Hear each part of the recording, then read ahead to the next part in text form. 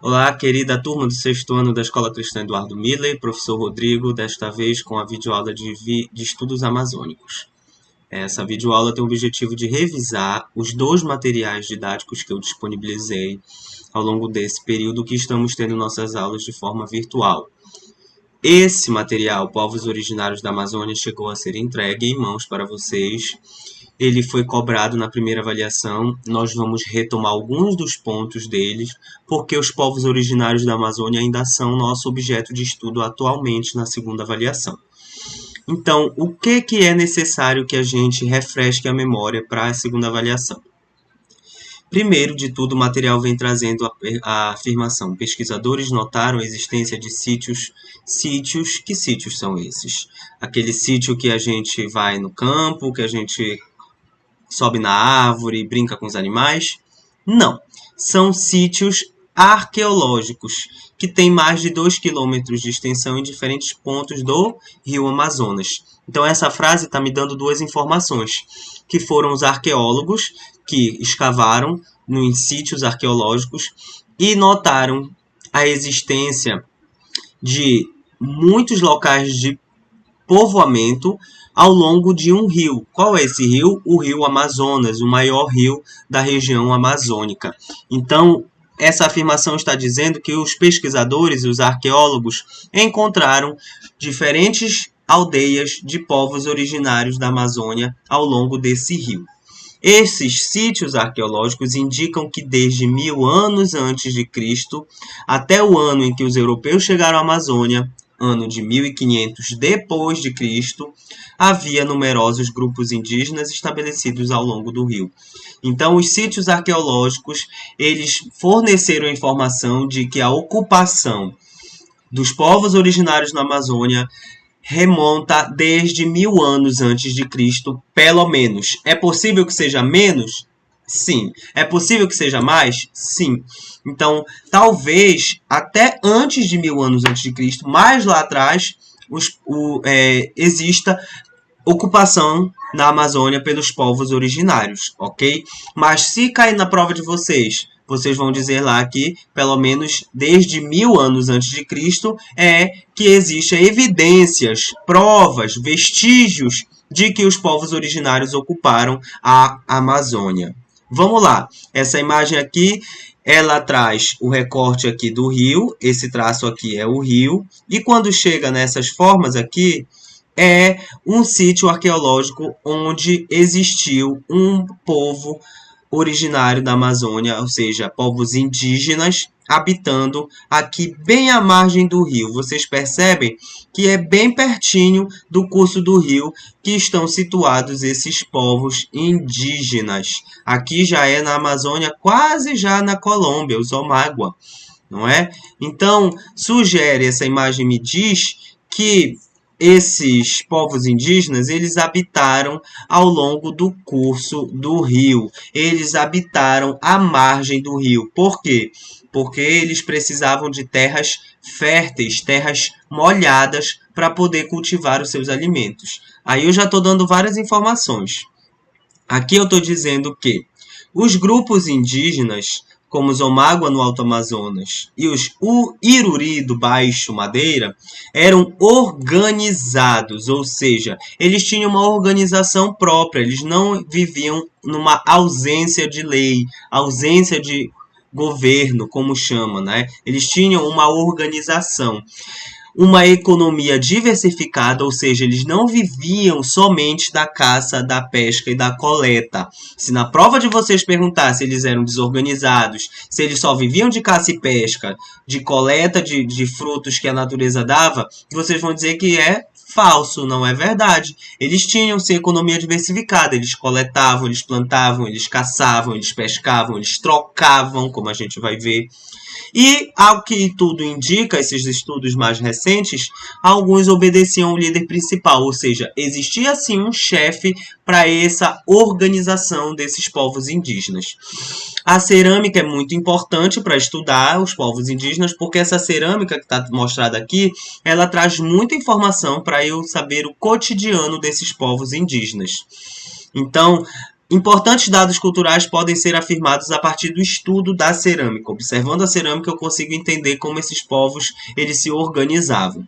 Sabe-se, por exemplo, que várias pessoas, em várias aldeias, havia pessoas que exerciam uma única função, como o ceramista, o caçador, o responsável pelos rituais de cura. Ou seja, cada pessoa tinha sua própria função dentro dessa sociedade organizada que era a sociedade dos povos originários indígenas da Amazônia.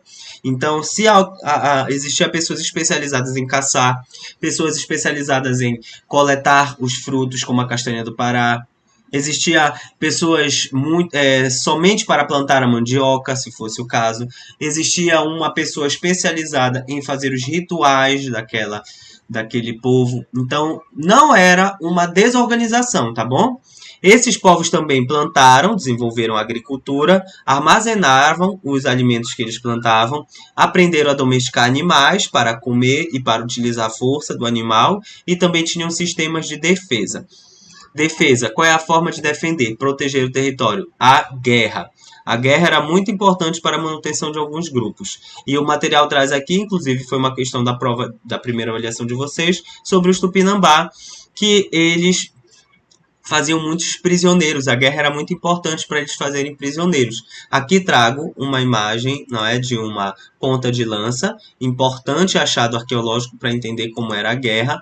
E não só de guerra viviam esses povos originários, o comércio também existia e era muito importante para esses povos. Troca de alimentos, objetos cerâmicos, plumas de aves, algodão, madeira e outros produtos. A troca era uma forma de manter aliança com grupos diferentes. Então, se na prova de vocês perguntar que os grupos só faziam guerra, é falso. Se perguntar os grupos só faziam comércio, também é falso. A guerra e o comércio eram diferentes formas de eles socializarem com os seus povos vizinhos. Lembrem do acordo e do conflito. Você vai estudar por bem ou por mal. Por bem é através do acordo. Você concorda que precisa estudar porque a prova está chegando e você vai estudar. Por mal, seus responsáveis vão lhe sugerir um castigo. Se você não estudar, você vai para o castigo, ou seja, o conflito, a forma mais dolorosa, né, de resolver as coisas. A guerra é o conflito, o comércio é o acordo. Esses povos, eles tinham uma característica, né? Eles tinham contato com outros povos, isso é certo. A gente pode sugerir que esses grupos aqui que habitaram essa região do Tapajós, eles conheceram o grupo Conduri, porque estavam próximos, então estabeleceram alianças. Mas será que eles falavam o mesmo idioma? Isso já é o assunto da segunda folhinha aqui que eu trago para vocês. Os troncos linguísticos.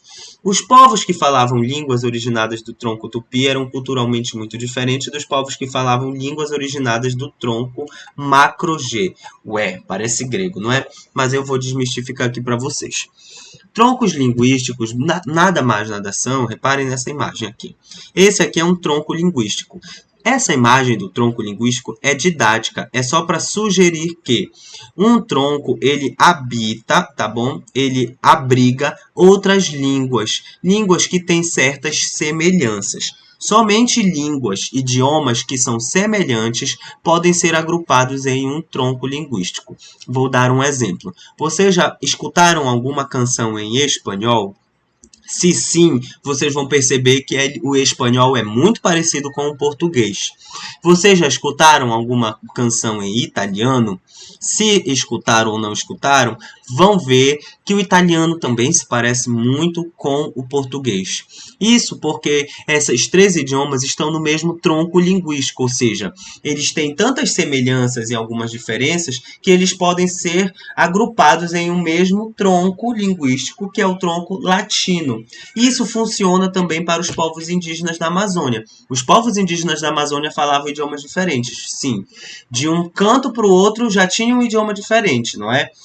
E aí, como é que eles se entendiam? Essas línguas, elas tinham semelhanças. Como é que os europeus, quando chegaram aqui, entenderam todas as línguas que tinham? Eles foram agrupando as línguas que eram parecidas e separando as línguas que eram diferentes, muito diferentes entre si.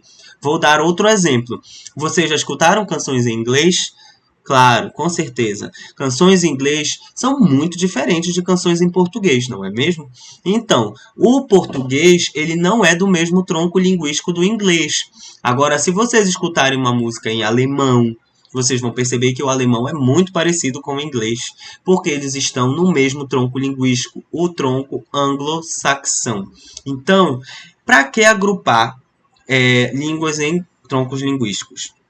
Para melhor entender as línguas em suas semelhanças. Isso também sugere que povos que falam línguas muito diferentes eram muito diferentes culturalmente. Povos que falam línguas muito parecidas são semelhantes culturalmente. Então, esse é o tronco G. Aqui embaixo tem o tronco tupi. Esse tronco tupi abriga outros idiomas. Vejam, Tupari, Ramarama, Munduruku, Juruna, Ariquém, Tupi-Guarani. São línguas diferentes do tronco macro G, que é a língua G, a língua Krenak, a língua Fayé, Machacali, o Carajá.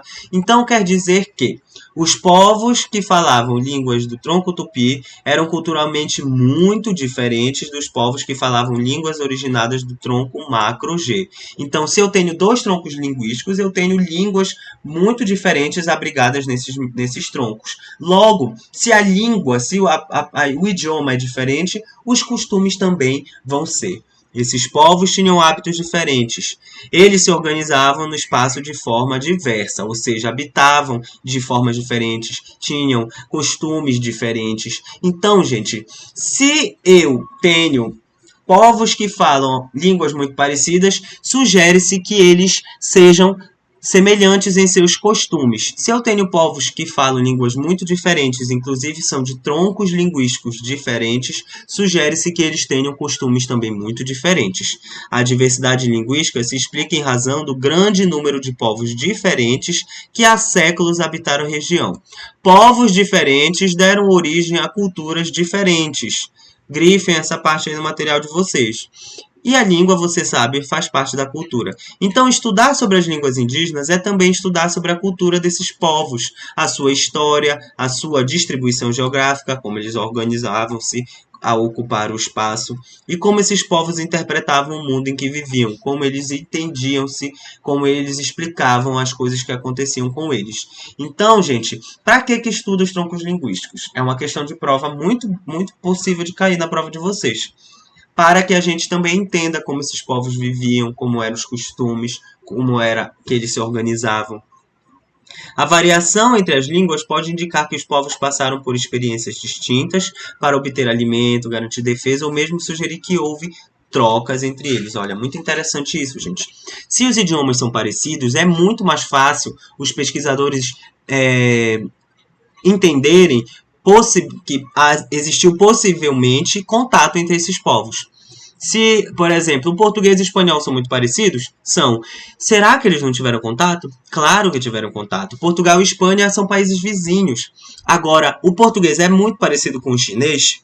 Não, tem nada a ver, totalmente diferente, porque a China está lá do outro lado do planeta.